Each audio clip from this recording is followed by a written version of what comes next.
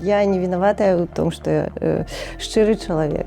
Калі ты выступаеш на сцэне, ты можаш пераапрануцца ў нешта цывільнае. Мне вельмі шкада тых жанчын, у якіх яшчэ большыя тэрміны за мой і у якіх ёсць дзеці. Калі чалавек апынаўся ў гэтым атрадзе, то тады ён увесь час быў такі, як наэлектралізаваны, нават вітацца з ім не будзеш, калі выйдзеш на волю. Цяпер людзі ведаюць, што беларусы могуць, калі захочуць.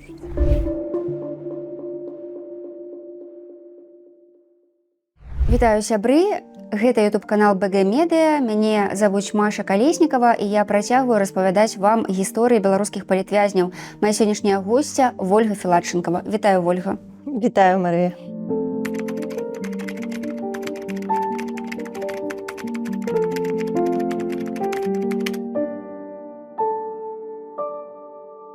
Пачнем з такога самага, магчыма, для мяне хвалюючага пытання. Як маму буду пытацца, так? Як вы давалі рады з тым у калоніі падчас гэтай ўсёй гісторыі, што вашыя дзеці растуць без вас? Як вы сябе супакойвалі і суцяшалі? Ну, мае дзеці былі ў добрых руках на той момант, таму мне было прасцей. Я ведала, што з імі ўсё ў парадку, што іх любяць, іх там песціць нават, потым перавыхоўваць прыйшлося Машку. Потому что такая уже разбэшчаная была, просто капец. Вось, над ёй трэсліся ўсе. І, гэта вельмі вялікая такая дапамога, калі ты ведаеш, што твае дзеці ў парадку. А як дзяцей супакойвалі і суцяшалі? Тыя, хто пра іх клапаціўся? Маша спачатку не казалі, што я ў турме, потым сказалі, але у мяне з ёй была сувязь праз лісты.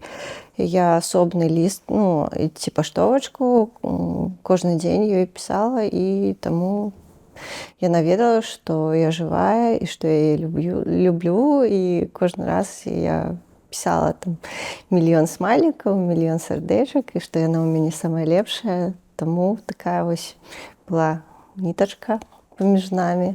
Мне здаецца, ад гэтага ёй было прасцей. Ці адчувалі вы віну за тое, што іх давялося вось так, не па сваёй волі пакінуць? Не, не адчувала, таму што я не виноватая ў том, што я шчыры чалавек. І што існуюць людзі, якім шчырасць паперак горла стаіць. Я вось глядзела фільм «На свабодзе» пра дзяцей палізнявольных, як яны чакаюць сваіх бацькоў з турмы. І там быў ваш Ваня, ваш прыгожы і такі разумны хлопец, які казаў, што яму не хапае размоваў і цефцелек. Так, канешне, яму гэтага не хапала. І мне не хапала, канешне ж, я вельмі сумавала па дзецях. І вось калі ты думаеш, яны растуць без цябе, і вось ты не бачыш, як гэта адбываецца, і калі яны там хварэюць, ты не можаш там іх падтрымаць, там абняць, там пашкадаваць, там зрабіць нешта смачненькае, каб ім было лягчэй, ці што. Канешне, гэта, цяжка, а што ж можна сказаць. Але, што, такія абставіны былі. Для меня, как мама, она выражение теплоты, заботы, любви. Хрупкая. Второе – это сильная, несмотря на то, что хрупкая. Третье – это потому что она хоть и выглядит очень хрупко, но она сильна и телом, и духом. И к тому же она всегда очень добрая ко всем. Дарэчы, Ваня там напрыканцы фільма сказаў, што больш за ўсё ён хоча вас абняць і сказаць, што вас любіць, і што ён вельмі стаміўся ад гэтага ўсяго. Вось якой была ваша сустрэча з ім? Наша сустрэча з ім ужо адбылася тут, у Варшаве. То бок я калі выйшла, ён ужо быў па-за межах у Беларусі, і мы не бачыліся. Ён не мог прыехаць, і я не магла да яго прыехаць, таму што ў мяне стаяла забарона на выезд. Калі я ўсё ж такі збегла з краіны, то тады ён нас сустрэў. Гэта, конечно, было вельмі кранальна. Я так сумавала. Ён такі яшчэ падрос, такі стаў іншы, такі дарослы зусім. Клас. А з Машай было па-іншаму? Ну, з Машай было па-іншаму. Маша была дома, і вось калі я вярнулася, яе бабуля з дзядуля якраз прывялі ад сябе. Мы ўжо ўсё абняліся ўжо і сядзелі з ёй. І яна нават такая ціхая трошкі была. Ну, хвілін 15. Потым яна прызвычаілася, што я дома, ну і ўсё, і панеслося. Які не было гэтых 2,5 гады раставання? Ну, спачатку здавалася так, але ўсё роўна потым высветлілася, што гэта трошкі іншы ўжо дзіцёнак. Іншыя звычкі, яна там то любіць, то не любіць ужо, што раней любіла. І нейкія такі думкі, і шмат цікаўнасцей да іншых рэчаў, якія раней не цікавілі. Канешне, ну, больш за 2 гады прайшло, а ў гэтым узросце яны, ну, вельмі змяняюцца хутка. Вось, ўсё ж такі прапушчана шмат было. І мне вельмі шкада тых жанчын, у якіх яшчэ большыя тэрміны за мой і у якіх ёсць дзеці. Гэта, канешне, вельмі складана. Шмат жанчыны плачуць у калоніі? Тыя жанчыны, у якіх ёсць дзеці? Па-рознаму. Усё ж залежыць ад чалавека. Хтосьці ўвогуле не плача. Вы не плакалі? Я амаль не ўмею плакаць. Нешта вось недзе змерзла ўнутры і неяк не плачацца. Хаця так вось часамі думаеш, ну, блін, як гэта паплакаць? Яно не плачацца. Хаця гэта таксама не вельмі добра для псіхікі, я лічу, таму што калі ты плачаш, то дрэнныя рэчывы выходзяць са слязьмі. А вы ведаеце, што слёзы чалавека, яны розныя ў залежнасці ад эмоцый, якія ён іспытвае. Састав хімічны розны. Бо калі плачаш ад радасці, гэта адзін склад, а калі ад гора, іншы. Так. Гэта пад мікраскопам відаць. Вось, ну і ў інтэрнэце можна паглядзець, там розныя фатаграфіі слёз пад мікраскопам зробленыя, там яны зусім розныя. І самыя прыгожыя гэта слёзы ад цыбулі. Ось. Ну і таму, канешне, са слязьмі выходзяць гэтыя рэчывы дрэнныя, якія накопліваюцца ў арганізме, назапашваюцца, і нам становіцца лягчэй крышачку. Вось. Што зрабіць? Так вось, такі жыццё. Вы ў 20-м годзе выходзілі на пратэсты і былі назіральніцай. На выбарах, каб вашыя дзеці маглі жыць у вольнай краіне. Як вы думаеце, чаму для беларусаў вось у той момант гэта стала важна? Ну, таму што, мне здаецца, ўжо неяк такое перапаўненне адбылося. Таму што вось там усё неяк склалася ў адзін пазл. І тое, што людзі там цярпелі на працягу шмат дзесяцігоддзяў, некалькіх дзесяцігоддзяў, і потым гэты ковід, калі людзі ўбачылі, што ніхто ім дапамагчы не можа, што яны павінны самі неяк штосьці рабіць. І калі яны ўбачылі такую салідарнасць адзін паміж адным. І, канешне, гэта матывавала, калі і людзям спадабалася дапамагаць адно аднаму.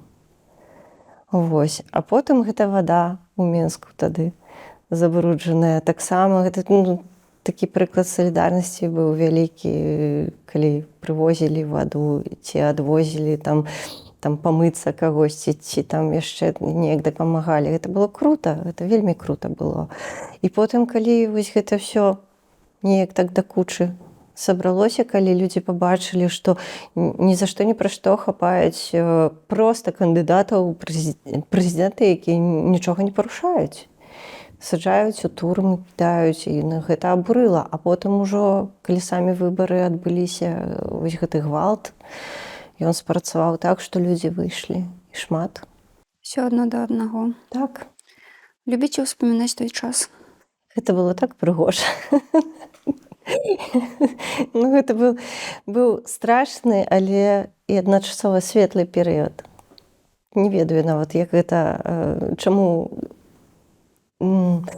як можна разам паставіць вось гэтыя рэчы, але ўсё роўна было шмат такога, што нават дасюль натхняе. І цяпер людзі ведаюць, што беларусы могуць, калі захочуць.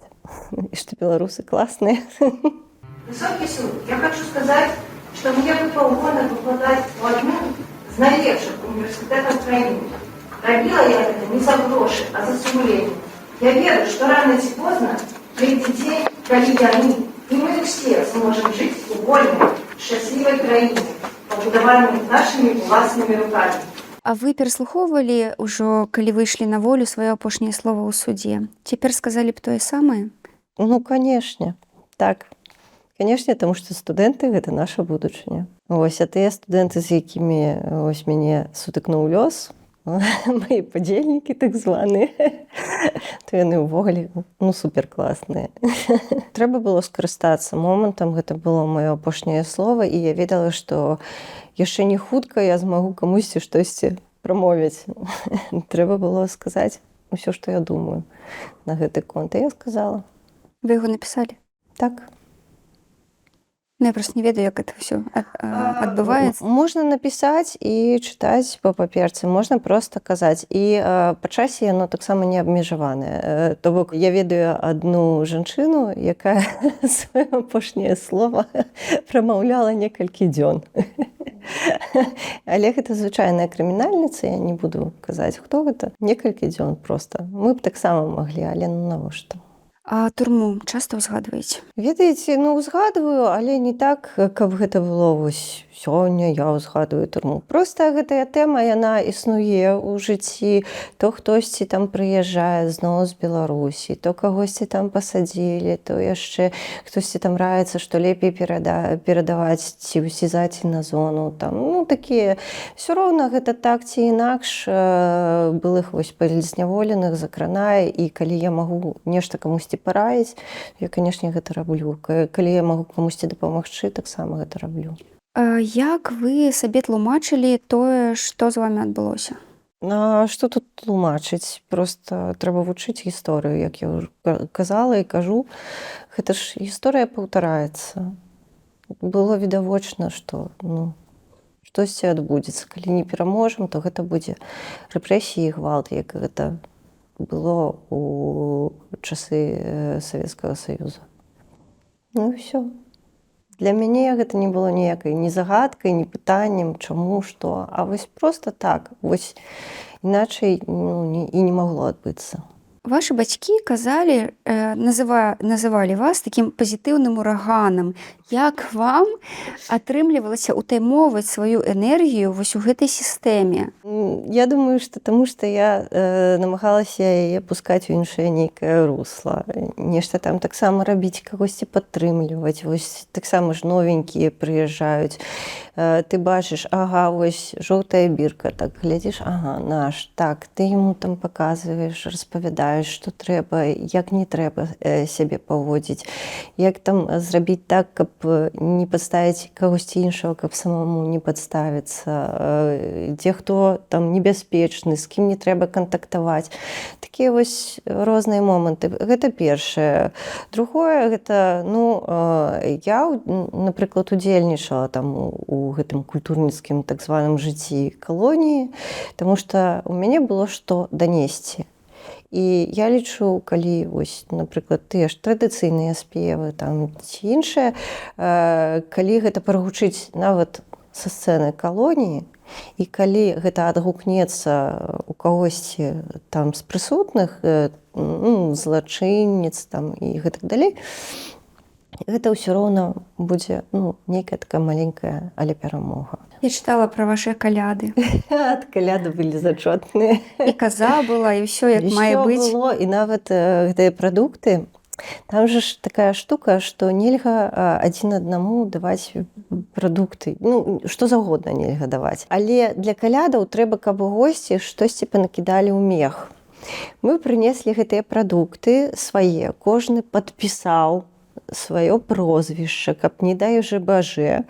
Вось, раздалі тым, хто сядзеў там на крэслах, гледачам раздалі, каб у той момант, калі хтосьці пойдзе з мехам, то туды б гэта накідалі. Вось, гэта было ўсё узгаднёна з адміністрацыяй, таму што ну проста кашмар. Нават калі ты там печеньку дасі камусьці, то гэта можа быць рапарт. Таму ось так ось падстрахоўваліся. І з вамі калядавалі, наколькі я зразумела, дзяўчаты не палітычныя. Так, з палітычных адна я была. Вось, астатнія былі проста там, ну, 328 артыкул, 174, там, ну, просто звычайныя, зняволеныя. Всё. Ну, яны такія нармальныя былі дзяўчаты, і яны так нармальна падтрымалі гэтую ідэю. І мы гэта ўсё так вывучылі, зрабілі класна, і касцюмы, ўсё. Ну, там у гэтым, как это, Дом культуры, забылася, як гэта называецца, скляроз пракляты. Там ёсць назапашаныя касцюмы, і мы нешта там выбралі. І мядзведзь быў там, і каза, ўсё нормально было, як мае быць. Можна было вылезці з дрэс-коду таго. Так, турэмнага. калі ты, вось гэта таксама такі плюсік, калі ты выступаеш на сцэне, ты можаш пераапрануцца ў нешта цывільнае. І ты трошкі сябе ўсё ж такі па-іншаму адчуваеш. Калі ты вылез з гэтай формы, і ты вось такі іншы. Мне, дарэчы, вось запомніліся вашыя словы пра тое, што жанчынам у калоніі нашмат цяжэй, чым мужчынам, што вось мужчыны там могуць сабрацца, і як бы адміністрацыі адчуваюць гэтую пагрозу, так, што можа быць нейкі такі выбух, і мужчынская сіла гэта адно, а жанчын ўсё ж сапраўды псіхалагічна і маральна вельмі моцна катуюць гэтымі ўсімі працамі, гэтым снегам бясконцым. Ну так, таму што, ну, калі мужикам скажуць, давайте цягайце снег за сталоўку, ну, яны скажуць, вы чаго? Бо мужыкі снег не цягаюць. Не цягаюць. Яны яго прыбіраюць, так, чысцяць, але некаторыя кажуць, што ўвогуле гэта так проста пайсці паразмяцца. У нас, канешне, гэта вельмі жорстка. Можна было вось прыйсці з працы і пайсці на гэты снег і прыйсці ў атрад толькі там амаль што перад адбоем. Вось сапраўды, ну, схадзіць на вячэру, таму што на вячэру схадзіць абавязкова, гэта там, ну, на ўсе гэтыя трапезы, скажем так, ты павінен з'явіцца.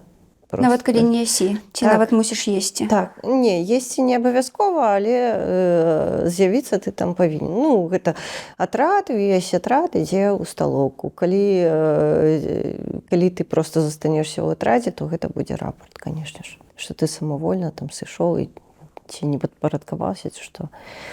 Вось. Таму на вячэру так схадзілі, ну і пайшлі далей грэсці гэты снег. Добра, што зіма гэта не круглагадзічна ў нас у Беларусі. Так, але калі ўжо пачынаецца нейкая вясна, ці там восень, ці лета, там жа ж таксама ёсць чым заняцца. Калі ўжо на іх трэба таксама грэсці, так. Грэсці. Там ёсць месца такія, дзе вада стае і ўсё і стаіць, і вось гэта ўсё трэба выграбаць і адносіць у люкі, выліваць. А бывае, што часамі люкі яны ўжо перапаўняюцца, а бывае яшчэ, што вада пачынае цеч туды, дзе адбываюцца тэлефонныя званкі, бо гэта напаўпадвальнае такое памяшканне. І вось адныя там чакаюць, каб тэлефанаваць дадому, а іншыя там грабуць гэтую ваду і таксама носяць, выліваюць. Там такое было, калі вода проста вось можа нават па шчыкалатку, не ведаю, як па-беларуску слова шчыкалатка. А вы не былі парушальніцай? Не, у мяне не было ніводнага рапарта. Ну, гэта я лічу проста пашанцавала. Выпадковасць. Так. Проста па шчасцю. Таму што там можна за што заўгодна, за незашпілены гузік, там не так паглядзеў, не так павярнуўся. А у тых, у каго няма рапарту, больш даверу ад адміністрацыі, чым да тых, хто, напрыклад, там парушае? Ой, яны ж самі ведаюць, як яны гэтыя рапарты выпісваюць. аднолькава гэта ўсё, ну, звычайна. Проста ёсць, напрыклад, такія больш вядомыя, больш гучныя асобы, напрыклад, і да іх, канешне, увага такая. Бывае яшчэ, што такое асабістае стаўленне у супрацоўнікаў калоніі ці там, не ведаю, СІЗА да таго ці іншага чалавека. Ну, і тады яны таксама паводзяцца па-іншаму. Все ж таки асабістае стаўленне ніхто не адмяняў. Але мне здаецца, што калі б не было ніякага загада нас працаваць там ці што, то у прынцыпе мы так жа сядзелі як звычайныя вось гэтыя злачынцы і ўсё. Але, ну, такія вось абставіны. У вас была добрая кампанія? Кампанія. Ну, у СІЗА адна, а у турме другая, так? У СІЗА класная кампанія, конечно, была. Суперская просто. Вось. А у калоніі таксама знайшліся людзі, з якімі я сябрую і буду і далей сябраваць і падтрымліваць адносіны. Але таксама і сярод палітзняволеных ты часцяком сустракаеш людзей, якія, ну, папросту не тваі. Ці, напрыклад, тыя, каго ты, ну, ўсё, паважаць ты не будзеш і нават вітацца з ім не будзеш, калі выйдзеш на волю. Такі таксама сярод палітзняволеных ёсць, але, дзякуй Богу, іх ўсё ж такі мізэрная колькасць. Бываюць такія людзі, якія там супрацоўнічаюць, а бываюць проста не вельмі разумныя. Якія якасці вам, ну, свае ўласныя прыдаліся ў тых умовах? Актыўнасць, я ўжо зразумела, дакладна прыдалася. Ну, мне здаецца, прыдалося, што я шмат чытала пра тое, што можа адбывацца ў турмах, як увогуле гэта працуе, як развівалася гісторыя. Ну, і я трошкі была падрыхтаваная ўсё ж такі. Ну, значна больш за студэнтаў, адназначна. 100%. Досвед іншы. Ну, вось, гэта па-першае. Па-другое, ну што, я думаю, што, напэўна, прыдалося тое, што я не падзяляю свет на чорнае і белае. Я ведаю, што ёсць яшчэ адценні ў гэтым свеце. І я не вельмі стаўлюся да зусім такіх радыкальных людзей. Канешне, гэта іх меркаванне, так, іх кропка погляду, але для мяне гэта, ну, непрымальна. І мне здаецца, радыкалізм як з аднаго боку, так і з іншага боку, ён толькі перашкаджае. І ведаеце, хоць я, наадварот, чалавек вельмі прамы. Я заўсёды кажу, што я думаю, і не заўсёды гэта людзям прыемна, але тут прыйшлося завязаць вось гэта ўсё ў такі вузел і навучыцца дыпламатыі. Я шмат чаго, наадварот, прыдбала. І шмат чаму навучылася, і калі назірала за людзьмі, і калі за сабой назірала таксама. Гэта ж усё, вось, які б гэта ні быў дрэнны, але ўсё роўна гэта досвед. І гэта таксама школа жыцця. Ну, я б абышлася, канешне. Ну, што зробіш? Ці былі сітуацыі, калі вам за гэтыя 2,5 гады было страшна, і што гэта быў за страх? Канешне, было страшна. Ну, па-першае, калі вось толькі прыйшлі да мяне, гэта было страшна. Потым першы час было страшна, як дзеці. Калі я зразумела, што дзеці ў парадку, то ўжо, значыцца... Ну, і, канешне, было страшна. Страшна было, калі была невызначанасць. Я ж не ведала, ці будуць на мяне там давіць, ціснуць, там, катаваць. Я не ведала гэта, што будзе адбывацца. Я не ведала. Страх таго, што ты не ведаеш, і ты нешта чакаеш, ці не чакаеш, ці там... І вось гэта, канешне, ўсё вельмі нервуе. Калі ўжо стала зразумела, чаго ад нас хочуць, ну, у сэнсе там 342 частка першая. Так, глядзіш, ага, да 3 гадоў. Ну, так. Значыць, самае горшае ты можаш разлічваць на 3 гады у плечы. Вось, ну, гэта ўжо нейкі такія рамкі ўсё ж такі. Ну, звычайна, ёсць трошкі там нейкі такі страх, можа, там яшчэ нейкі артыкул знойдуць ці яшчэ штосьці. Ну, так, але гэта ўжо неяк на заднім плане. Вось, у калоніі было страшна, што могуць не выпусціць, але таксама гэтыя думкі ты стараешся ў нейкі кут там загнаць і не весціся на правакацыі свайго арганізма. Вось, ну, а так, ну, так, каб штосьці больш страшна, то не. Страшна было яшчэ вось за людзей, над якімі здзекаваліся. А былі такія людзі? Ну так, у нас же быў гэты 9-й атрад, ён называўся прэс-атрад, і калі туды хтосьці з палітычных, але не ўсе, хтосьці з палітычных трапляў, то звычайна гэта каб яго прэсавалі. Праз яго шмат хто прайшоў і, канешне, уражанне не вельмі, то бок там рукамі іншых заключоных, ну, асуджаных, то вялася такая вось барацьба з палітычнымі. Там всякія падлянкі, тыпу вады наліць у боты, ці там адрэзаць з целагрэйкі гэтыя гузікі, ці яшчэ нешта. Там, ну, шмат чаго непрыемнага.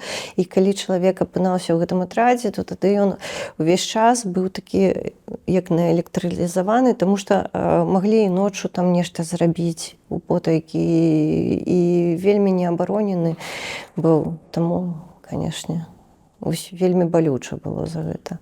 Вы намалявалі у турме 47 партрэтаў. Ага. А дагэтуль не малявалі? Не, зусім не малявала. А цяпер працягваеце маляваць? Ведаеце, яшчэ, напэўна, я 2 партрэты намалявала, яшчэ ў Мінску была, а зараз проста, ну, няма часу на гэта, і неяк не хочацца. Але я думаю, што прыйдзе момант, калі мне захочацца зноў штосьці намаляваць. Гэта такімі хвалямі, таму што вось у СІЗА малявалася проста вось аж неяк. У калоніі спачатку зусім не малявалася, нават, я не ведаю, нават, ну, працяглы нейкі перыяд. Потым зноў пачало малявацца, а потым зноў не малявалася. Ну, я думаю, што калі нешта можа зменіцца, можа захочацца яшчэ памаляваць. Хутка ляцелі дні? З аднаго боку так, а з іншага не. Вось тыдні ляцелі вельмі хутка. Тыдзень, вось як лазні, мы лічылі гэтыя лазні, і так ты не паспееш азірнуцца, а ўжо лазня. А вось дні яны цягнуліся звычайна, ну, часта цягнуліся. І ведаеце, нават калі мы хадзілі на працу, гэта, канешне, праца там у калоніі таксама не... Гэта фабрыка, вось так, фабрыка. Швейная вось гэта вытворчасць, так? Знакамітая. Так, але вось, напэўна, можа, і дзякуючы фабрыцы трошкі хутчэй час ішоў. Здавалася неяк, схадзіў, папрацаваў, і ўжо дзень, ўжо там туды-сюды. І ведаеце, што на фабрыцы, ну, вось як мне, было трошкі спакойней было. Таму што неяк ты, калі ты ў атрадзе, ты ўвесь час на строме. Увесь час можа адкульсьці там штосьці там прыляцець, ці там вобшук, ці там, не ведаю, ці там нейкая інвентарка, ну, што заўгодна. Вось. А на фабрыцы ты ўжо прыйшоў, і робіш ты там сваю справу. Там спачатку я была ў брыгадзе на пазіцыі лекальшчыцы. Это просто лекала. Абводзіш. Крейды абводзіш, так.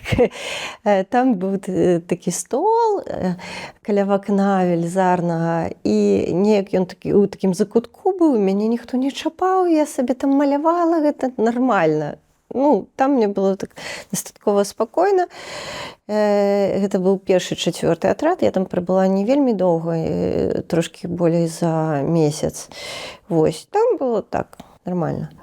А потым мяне перавялі ў іншы атрад. Ну і там таксама так збольшага было на фабрыцы нармальна. Усё вельмі залежыць ад таго, якая брыгадзірка. Але ўсё роўна на фабрыцы ты не турбуешся, што вось там прыйдуць да цябе абшукваць, ці там дзёрнуць кудысьці, ці там гэта сам просто робіш сваю працу ўсё. Нават калі ты там, ну не ведаю, для кагосьці наадварот цяжка было працаваць, хадзіць, а для мяне, ну, я ўсё разумею, гэта рабскі, там, рабская праца і гэтак далей, але час проста трошкі хутчэй ішоў. Вось. Вам же плацілі там нейкія грошы за гэтую працу, так? Ну, грашыма гэта, канешне, назваць вельмі складана. А што за іх можна было купіць? Ну, амаль нічога. Ну, там... Снікерс там можна? Ну, снікерс, напэўна, так. Аднойчы у мяне там такі заробак быў ажно такі вялікі, таму што я атрымала 50%. Ну, у сэнсе 50% ад нормы я зрабіла. Ну, у мяне тады быў такі працэс, ён дастаткова дарагі. Таму атрымалася вось такі паказальнік зрабіць. Пры гэтым асабліва не напружваючыся. Вось, і тады, каб не схусціць, гэта на рукі атрымалася ці 20 рублёў, ці нешта такое, ну, штосьці. Ну, таму што вось у цябе заробак, калі ты не робіш 100%, то тады у цябе заробка вылічваецца 75% твайго заробка, тыпу на тваё ўтрыманне. І 25 ўжо на рукі. Калі ты чалавек, ну, вось як по 174, у каго дзяцей аднялі, ім трэба сплочваць яшчэ аліменты, то тады ім заставалася толькі 10% ад заробка. А калі ты выконваеш норму 100%, то там ужо трошкі іншы разлік. Там іншыя зусім грошы. Калі чалавек выконвае норму, ён, ну, у прынцыпе, можа сябе ў калоніі утрымліваць, і нават некаторыя дзяўчаты змудраліся там адсылаць сваім дзецям, пераводзіць грошы і гэтак далей. Ну, гэта тыя, канешне, хто доўга сядзеў і хто вельмі добра шыў, і у каго нармальныя працэсы, таму што розныя працэсы бываюць такі, які па секундах там, ну, тыпу, кожны працэс займае колькасць секунд такую вызначаную. Напрыклад, адзін працэс там 4 секунды. Але па факце ты на яго траціш там палову хвіліны. Ну, гэта я так, канешне, утрырую. Вось, а некаторыя такія працэсы ёсць, калі ты добра ўжо ўмееш шыць, там тыпу ён займае 1,5 хвіліны, а ты можаш гэта зрабіць там за палову хвіліны. Ну і гэта, канешне, ну, розныя ж рэчы. Таму заўсёды у брыгадырак ці у нейкіх там прыбліжоных да брыгадырак і сябровачкі, то шмат у кого былі такія лёгкія працэсы, але дарагія. А вось у палітзнявольных зазвычай там былі такі наадварот. Танныя, але доўгія і гемаройныя, скажем так, на якіх ты нічога не заробіш. Ну, в прынцыпе, што нам было зарабляць? А чакалі у калоніі датэрміновага вызвалення? Слухайце, я была упэўненая, што я дасяджу да канца свайго тэрміна. Ну, у мяне была такая пазіцыя, што абрадавацца я заўсёды паспею. І вось гэтае чаканне я па дзяўчатах бачыла, калі вось яны чакаюць, а яно не здараецца, і яно так іх выматвае.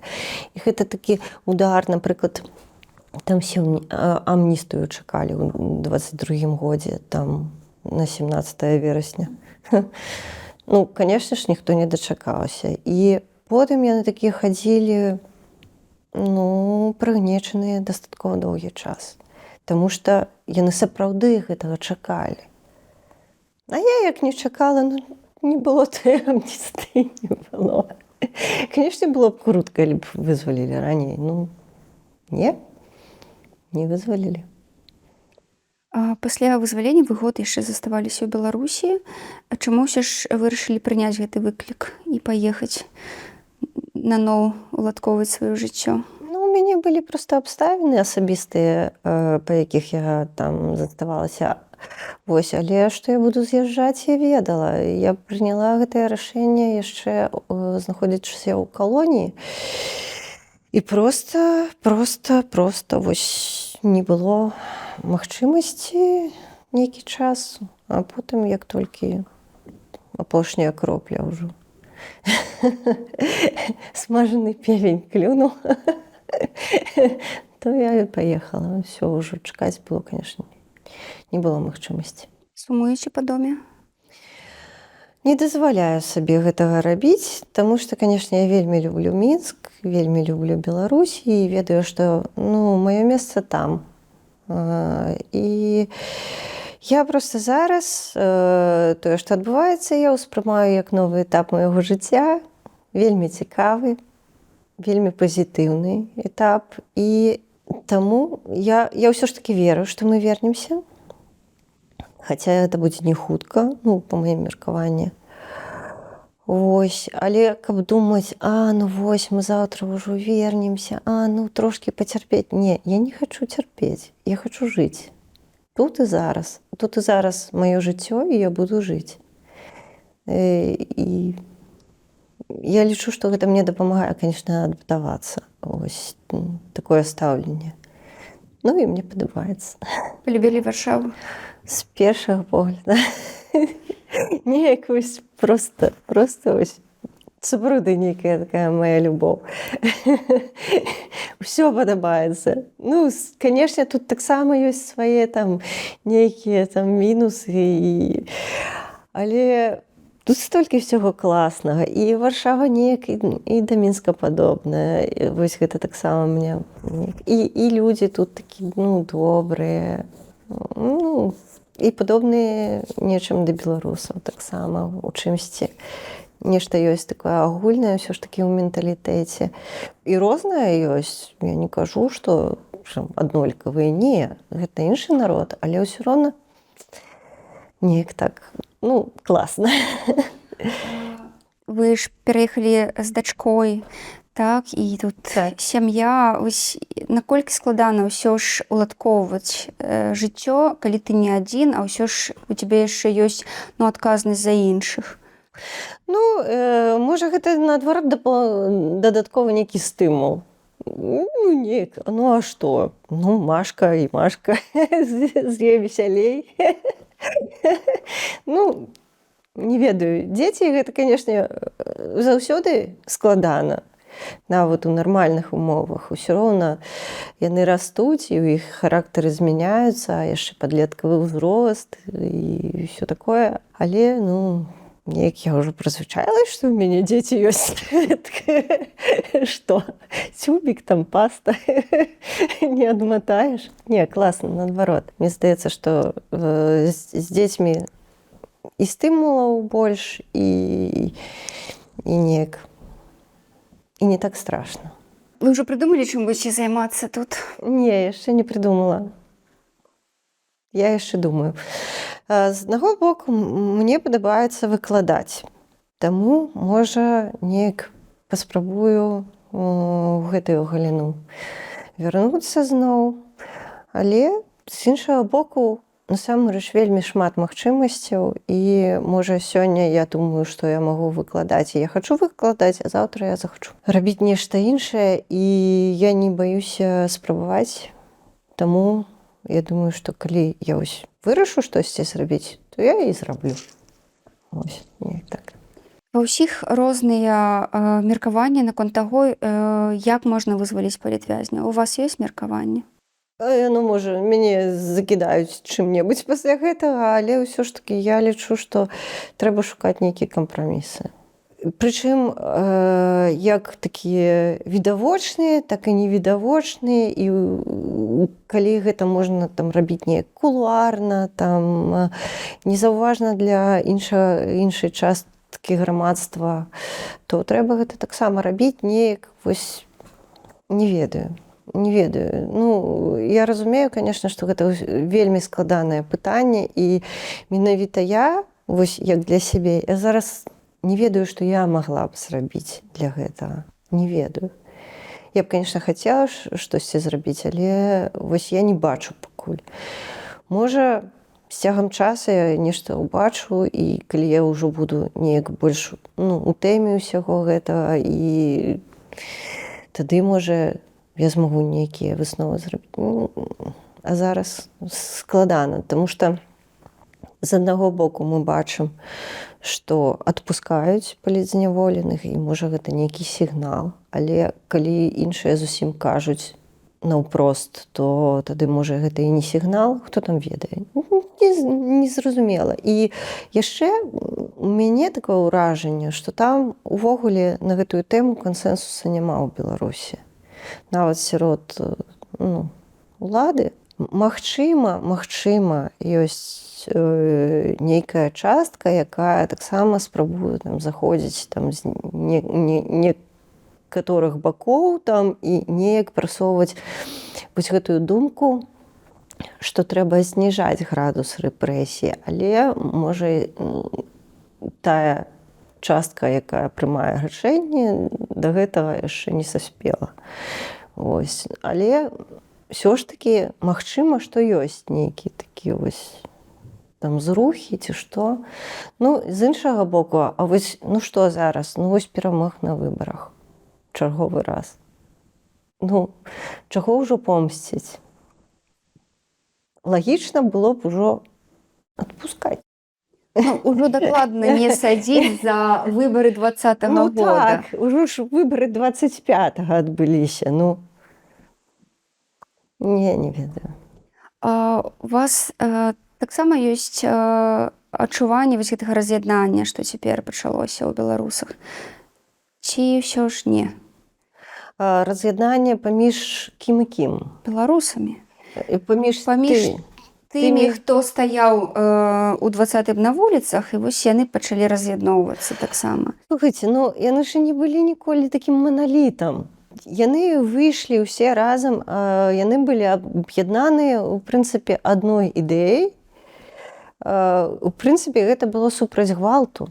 Вось так вось, no? Гэта былі зусім розныя людзі. Гэта былі і людзі там зусім простыя, там не ведаю, нават там зусім неадукаваныя, а хтосьці наадварот там прафесура, там айцішнікі, людзі, якія бедна жывуць, людзі, якія багата жывуць. Яны былі гэтым аб'яднаныя так, але гэта такое аб'яднанне сітуацыйнае. І яно не можа цягнуцца заўжды. Будзе сітуацыя, яшчэ раз аб'яднаюцца. А калі ёсць розныя меркаванні ў грамадстве, калі хтосьці там думае так, а хтосьці так, то гэта нармальна. І калі наадварот засяроджвацца вось на гэтай розніцы паміж людзьмі, а вось ты дурак, ты сказаў так, а ты дурак, ты такі. І калі гэта прыводзіць да канфліктаў, прычым канфліктаў менавіта, а не проста там дыялогу, то гэта, канешне, не вельмі добра, але часцяком, наадварот, некаторыя нават з дэмакратычных сілаў ці людзей, яны гэта правакуюць. А навошта? Паспрачаліся, разышліся. Навошта акцэнтаваць на гэтым увагу? І тады ўжо ўсё пакацілася. А гэты там плюнуў ядам у таго, а гэты ў таго. І паглядзіце, вось гэта раздрае ў грамадстве, і грамадства ніколі не аб'яднаецца. Да, аб'яднаецца. Спатрэбіцца, аб'яднаецца. Нічога такого страшного. Мне здаецца, што калі мы хочам сапраўднай дэмакратыі, то тады кожны можа казаць сваю думку выказваць. Канешне, калі гэта не абраза, калі гэта з павагай да свайго апанента, то гэта абсалютна нармальна, я лічу. І нічога страшного такого, што мы ўсе розныя. Наадварот, гэта цікава. Як вам падаецца, наколькі ўсё ж добра арганізаваная вось гэтая дапамога палітвязням тут, калі яны сюды прыязджаюць, такія разгубленыя і часта траўмаваныя? Ось, ці ўсё ж хапае ім тут і дапамогі, і нейкай цеплыні, і такога wsparcia, як кажуць палякі? Ну, вось калі я буду казаць пра сябе, мне так, мне хапіла, мяне падтрымалі, мне дапамаглі і растлумачылі, і там паказалі, і ўсё, ну, мне хапае. Так, але я ведаю выпадкі, канешне, калі камусьці там можа не хапае, ці калі нехта знаходзіцца ў такім стане, скажем так, не вельмі добрым і доўга не можа з гэтага стана выкараскацца. Я неяк не ведаю. Мне пашчасціла, напэўна, таму што я прыехала, і у мяне, ну, мне казалі, што гэта ў цябе адрэналін, таму што ты пераехала, і, ну, вось дасюль мой адрэналін нікуды не падзеўся. Я кажу, да не, мне нармальна. Мне ў парадку ўсё нормально. Вось, і ў мяне была такая прага, каб штосьці рабіць, каб вось неяк так ўсё хутчэй пачынаць то зрабіць, гэтыя там нейкія там падацца там туды, падацца сюды, гэта зрабіць, вось я ўжо і правы змяніла там, ну, такое. Вось такія вось, здаецца, дробязі, але ты да іх, ты ставіш сабе мэту і ідзеш. Але я цалкам разумею людзей, якія прыязджаюць у такім стане, што яны проста нічога не могуць зрабіць. Не таму, што яны такія дрэнныя ці ныцікі, яны проста не ў стане. І вось такім людзям, канешне, патрэбная дапамога і псіхалагічная, і бывае нават, што псіхіятрычная дапамога, і можа ў большай ступені. Мне таго, што мне зрабілі людзі, вялікі ім дзякуй проста, ну, проста людзі неверагодныя. Вось, як па мне, неверагодныя, і я кожны раз дзякую вось маім любімым всем беларусам, сябрам, знаёмым, незнаёмым, всем, хто мне дапамагаў і дапамагае. Агромны дзякую ад усяго сэрца, і камусьці, можа, гэта не хапае. А мне хапіла. Вы па-ранейшаму верыце ў беларусаў? Конечно. Конечно. І веру не спыніць, не стрымаць маю веру беларусаў, таму што я бачыла, колькі ў нас добрых людзей, і адназначна, што цалкам дрэнных, цьмяных знутры людзей, і ўсё ж такі значна менш. Проста яны зараз мацнейшыя, таму што ў іх зброя ў руках. Вось і ўсё.